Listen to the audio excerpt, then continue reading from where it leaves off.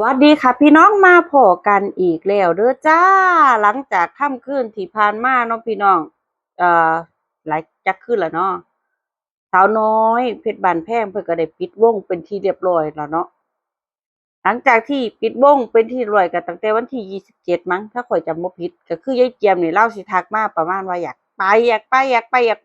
มาหลายปีแล้วพี่น้องอาจจะ2-3ปีละ แต่ว่าบ่มีโอกาสได้ไปจักเทื่อเพราะสถาบันการเงินเฮานี่บ่ค่อยจะเสถียรปีนี้ก็คือส่งลูกส่งหลานเรียนค่อนข้างที่จะไกลบ้านแล้วก็ค่าใช้จ่ายก็เยอะมากๆๆๆๆๆๆคือหันอวยบ่ทันเนาะพี่น้องก็ดีใจนำอีหลาอุ๋งอิ๋งนำซึ่งมาลัยนี่ก็อื้อฮือฉ่ำปอดเลย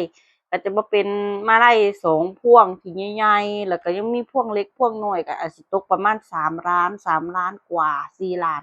ก็ว่ากันไป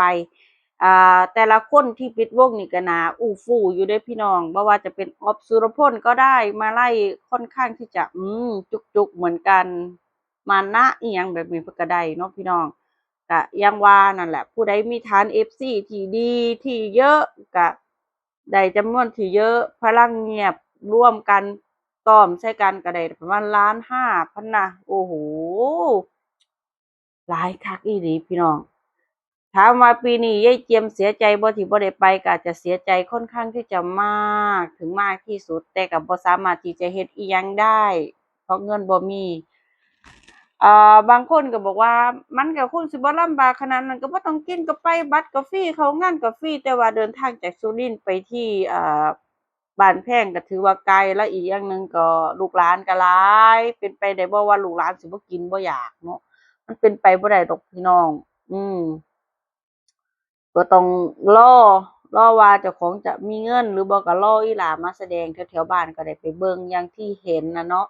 ก็ส่งกำลังแรงใจผ่านยูทูบผ่านเฟซบุ๊กก็ว่ากันไปตามแต่สะดวกเนาะพี่น้องตรงนั้นสะดวกไผสะดวกมันบางคนก็บอกว่าฮักแนวใดคือบ่ไปปิดวงคือบ่ไปเบิ่งคือบ่ไปจั่งซั้นจั่งซี้ ฮักแล้วก็ฮักอยู่แต่ว่า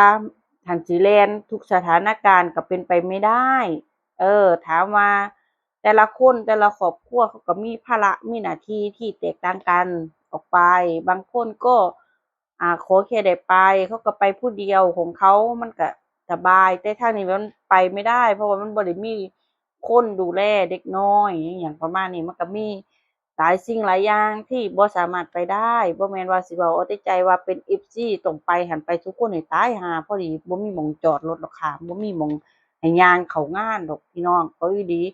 FC ก็ FC นำกันซุคนนั่นล่ะบ่เป็นดราม่าบ่เป็นดราแม่เนาะพี่น้องไผว่างไผสามารถไปได้ก็ดีใจนำไผไปบ่ได้ก็ท่าฟ้าใหม่โอกาสใหม่หรือบ่ก็ท่า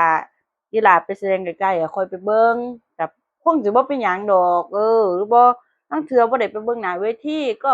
สนับสนุนตามยูทูบเบิ่งกดไลก์คอมเมนต์กดแชร์แม่นบ่ก็เป็นเรื่องปกติ